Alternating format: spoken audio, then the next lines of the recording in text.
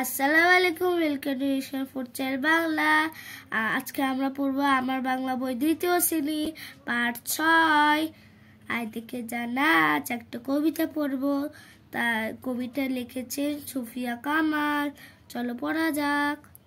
গাঙের পানি চল চলে, খোকন সোনা কলকলায়, গাঙের ইলিশ মাছ বলে রেখে খোকন মুনি আয় দেখে জানাচ।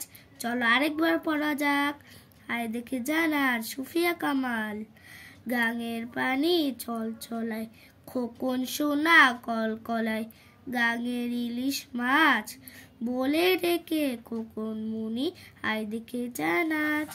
এ তো খোকন মুনি, এই দেখো গাঙের মাছ, এটা হলো মাছ। চলো প্রশ্ন পড়া যাক। ছড়াটি বলি, আমরা সবাই এই ছড়াটি পড়ব।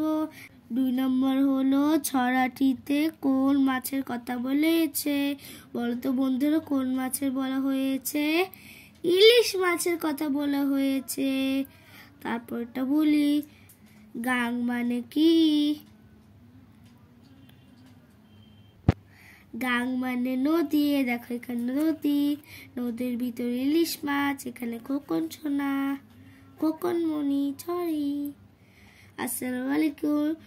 লাইক সাবস্ক্রাইব করতে ভুলো না। Education for child Bangla. আমার নতুন নতুন ভিডিও দেখেছো তো, না দেখলে এখন দেখো, সাবস্ক্রাইব করতে ভুলো না। আসসালামু আলাইকুম।